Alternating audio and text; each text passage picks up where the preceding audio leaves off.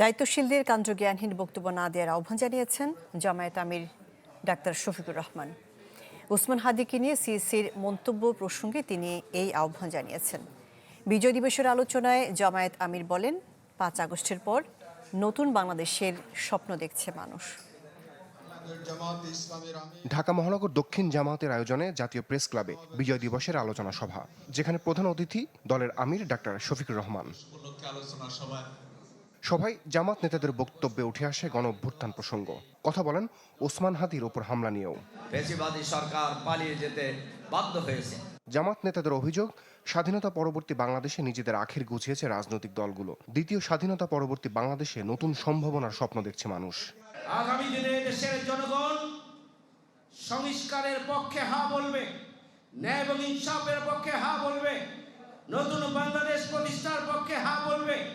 ঐক্যবদ্ধভাবে আগামীর পরিবর্তনের জন্য, খুনিদের বিচারের জন্য, গণহত্যাকারীদের বিচারের জন্য, ওসমান হাদির উপর যারা আক্রমণ করেছে তাদের বিচারকে নিশ্চিত করার জন্য আমাদেরকে ঐক্যবদ্ধ হতে হবে। আমরা বাংলাদেশকে একটি কল্যাণধর্মী সমাজে পরিণত করতে চাই।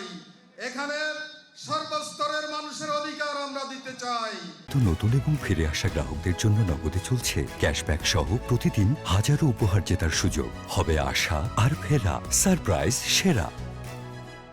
প্রধান অতিথির বক্তব্যে মুক্তিযুদ্ধে শহীদদের প্রতি শ্রদ্ধা জানান জামাত আমির। সমালোচনা করেন ওসমান হাদির উপর হামলা নিয়ে সিইসির বক্তব্যের। এইরকম তরুণ বিপ্লবীরা আহত হবে, মৃত্যুর দুয়ারে চলে যাবে, তারপরে সরকার নড়ে চড়ে বসবে, আমরা এটাও চাই না। যাদের মনে আপনি বক্তব্য যে দুঃখ সৃষ্টি করেছেন, এই দুঃখ দূর করার দায়িত্ব আপনার। আপনাকে প্রমাণ করতে হবে আপনি যে সেন্সিটিভ জায়গায় এখন দায়িত্ব পালন করছেন, এই জায়গায় দায়িত্ব পালনের জন্য আপনি উপযুক্ত ব্যক্তি। ক্ষমতায় গেলে যারা দুর্নীতি করবে না, সেই সব রাজনৈতিক দল নিয়ে সরকার গঠনের কথাও জানান জামাতের শীর্ষ নেতা। সংস্কারের জন্য যে সমস্ত প্রস্তাব পেশ করা হয়েছে, তারা এই সংস্কার আন্তরিকতার সাথে বাস্তবায়নের সহযোগী হবেন, অংশগ্রহণকারী হবেন। এই 3 বিষয়ে যারা একমত হবেন, তাদের জন্য আমাদের দরজা খোলা থাকবে ইনশাআল্লাহ। রমিজ হুসাইন, চ্যানেল 24, ঢাকা।